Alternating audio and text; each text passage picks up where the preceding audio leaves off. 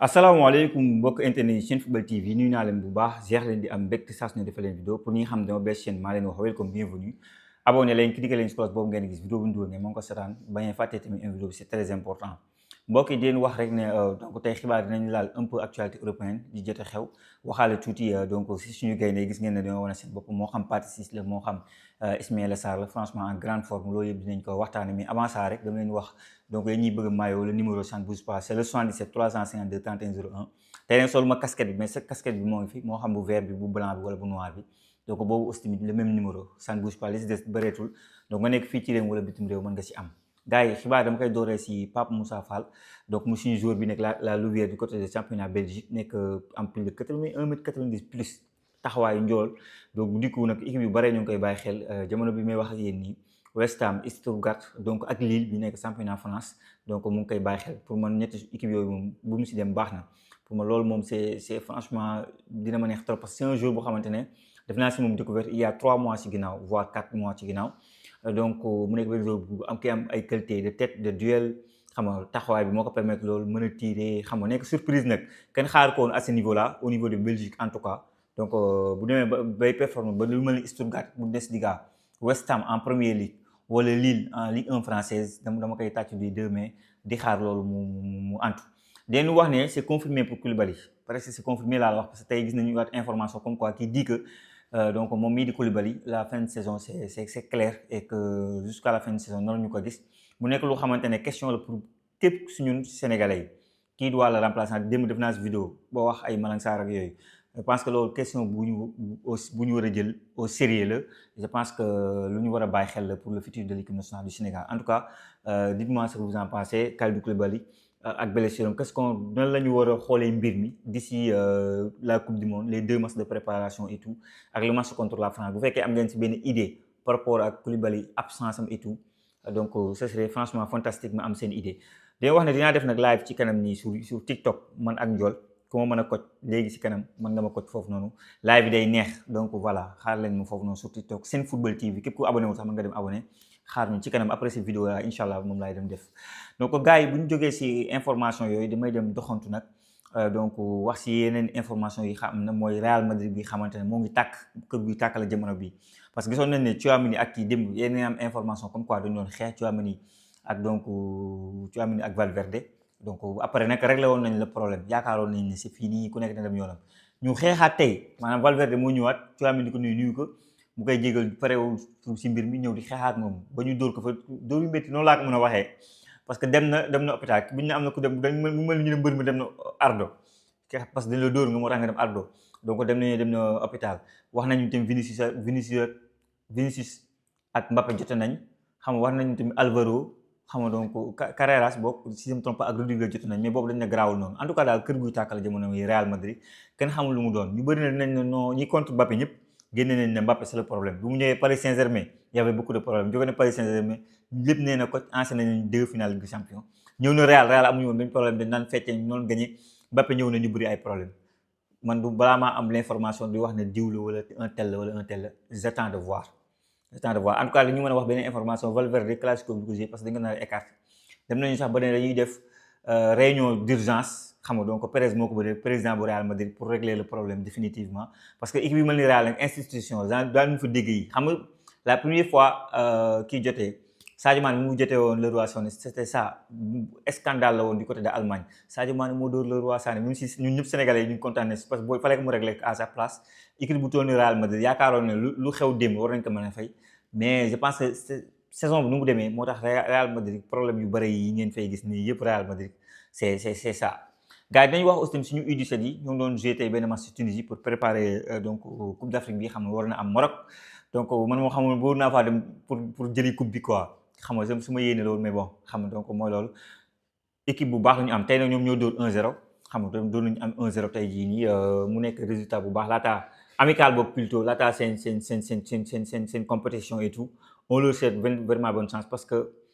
équipe bu bëri joueur talent la sa booy talent yi si nekk kenn mën na loo wax ñëpp quoi très talentueux joueurs yi mën a football ñoo fa nekk donc on leur souhaite franchement bonne chance et que on est derrière eux donc pour kii bi ñu koy waxatee Coupe d'Afrique bi war a am foofu ci Maroc gars yi di wax ne fédération bi génne na leeral par rapport ak donc joueurs yi xam U15 yi xam ne ñu leen jox 100 000 francs ñu ne nekk du 100 000 francs loolu paas la je pense que da ngeen bëgg a étouffer mbir mi rek mais loolu ngeen préwoon pour joxe de bu ñu waxee dëgg rek te yàlla dëgg la bëgg loolu ngeen préwoon pour jox da ngeen bëgg a étouffer affaire bu mbir mi parce que xam nga ne 180 millions ñu jël ay ñu jox leen 100 000 francs ce n'est rien ak au vu du Tabaski bi xamante mu ngi taxaw te seeni parents ñoo ngi xaar xam nga ne 100 000 francs booy mënoo leen ko jox coow li bari na Sénégal yëpp def na ko scandale si commentaire yi foo dugal si réseaux sociaux yi scandale lañu jàppee mbir mi man fi daa taxaw de vidéo def ko scandale donc tey bu ma déggee ñu ne non loolu ndekete transport la dama naan waaw nangu naa mais li ma gëmoon laa gëm ba tey que 100 000 francs lañu tegoon sur la table mais pour étouffer wax ji mu fay carrément xam nga sénégalais yi ne non ndekete 100 000 francs la moo tax ngeen def ko mais lii lu yàggal booy jox leen seen millions yi doon seen yoon 180 millions dafa bëri trop nga war a si joxe benn somme bu tuuti franchement 100 000 francs lu ndaw la donc loolu lu ñu war a wala lu ñu war a xoolaat la ñu avancer un peu gars yi bi ñu avancé un peu y a l'information du jour je pense que xam nga ngeen ne am na demi-finale Europa League am na demi-finale conférence Europa League ñu dem fi vite fait bien fait donc mën nañu wax ne kii moo doon 3 Aston Villa xam nga gagné na derby bi moom ak Nottingham Forest dem na en finale l'autre match c'est Fribourg moo doon Braga donc da ngay gis ne joueur bu mel ni Sancho enchaîné 3 finales en Europe dem na finale Dortmund ñu gagné ko Real gagné ko mu dem beneen finale conférence daaw l'année dernière Chelsea ñoom ñoo gagné ren ji mu dem finale Europa League donc mu nekk coupe bu xamante ne donc voilà nar na neex si diggante Braga donc ak kan kii di Braga ak kii di Aston Villa à noter que Unai Emery tamit enchaîne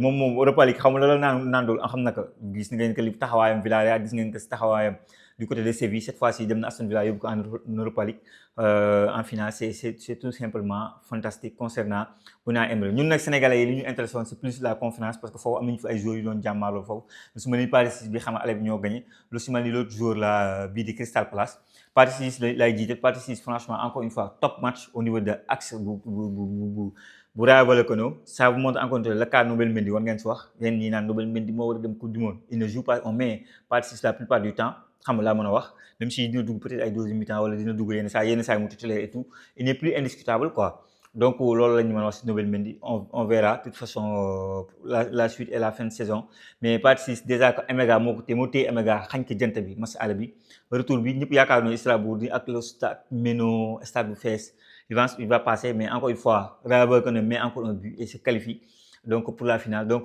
finale bi on aura Paris 6 mi di war a jàkkaarloo ak Ismaïla Sarr qui a marqué son 9e but le meilleur buteur en conférence bi passe ex-aequo la si je me trompe pas ba tey mu actuellement mooy le meilleur buteur tey mu dugalaat but et tout donc voilà ñoom ñoo gagné 2-1 Crystal Palace et en finale d'Europa League franchement c'est fantastique donc pour Ismaïla Sarr gis naa Sénégalais yu bëri sax si commentaire yi ñenn ñi naan non Ismaïla Sarr pourquoi pas Ballon d'Or donc on verra de toute façon dina am na joueur bu may wax nii kooku mooy principal concurrent am donc moom mii di Ismaïla Sarr en tout cas on a un Ismaïla Sarr en grande forme la meilleure version de Ismaïla Sarr c'est cette année l'Ismaïla Sarr que tous les Sénégalais bëgg gis si la plupart en Europe et c'est Ismaïla Sarr je pense que moom la ñu am donc cette année et il moo koy confirmé donc en Europe et donc finale conférence ñu am Ismaïla Sarr mu war a jàmmaarloog donc Paris 6 que le meilleur gagne et franchement fierté la pour ñun Sénégalais yi souvent damay wax ne man damay bëgg gis Sénégalais en Europa League ñuy wane seen bopp conférence wala la Ligue des Champions vu qu'on a Ibrahima Mbaye qui est qualifié en finale le seul Sénégalais bi qualifié d'ailleurs en finale de la Ligue des Champions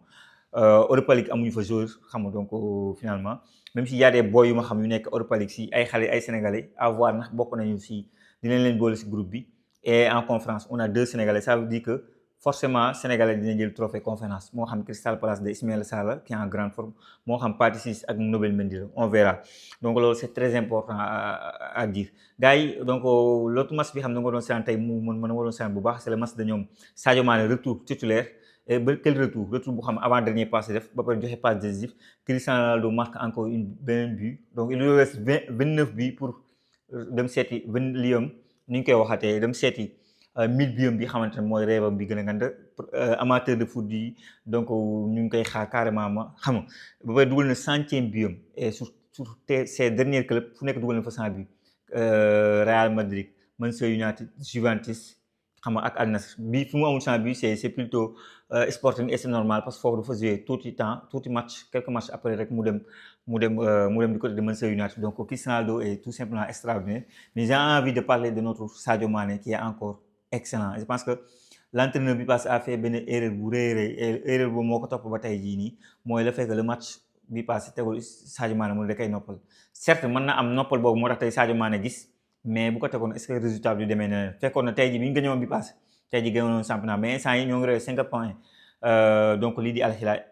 Hilal bu ñëwee bu gagné day ñëwaat à 2 points et dernière journée Al Hilal ak Al Nassr mais ñu ko joué Al Nassr a besoin d'un match nul pour gagner le championnat. Al Hilal nag faudra mu gagner pour gagner le championnat donc loolu final lay doon mais attention à Al Hilal dañoo war a gagner ba pare soo ko wax si dernier match en tout cas man je suis de tout cœur avec Sadio Mané ñi faral Koulibaly comprendre naa leen xam c'est deux Sénégalais mais je me dis que Koulibaly jël na championnat ba pare Sadio Mané boobu léegi ñoom ñoo jël première donc ñoom laa yéene coupe bi donc on verra na lay demee gars yi dañoo wax ne yéen ñi nga xamante ne da ngeen am problème foo leen cette année donc comme ni mu leen ko waxee saa su ne donc boo leen ñu contacter donc au 77 685 78 12 ñu defaral leen 77 685 78 12 doo leen amati benn problème foo leen sànnee match football foo leen sànnee série film yooyu yëpp doo leen si amati benn problème li ko waral mooy c'est simple da nga may woo 77 685 78 12 ma defal ak si njëg bu xéewale du la gaañ du ma gaañ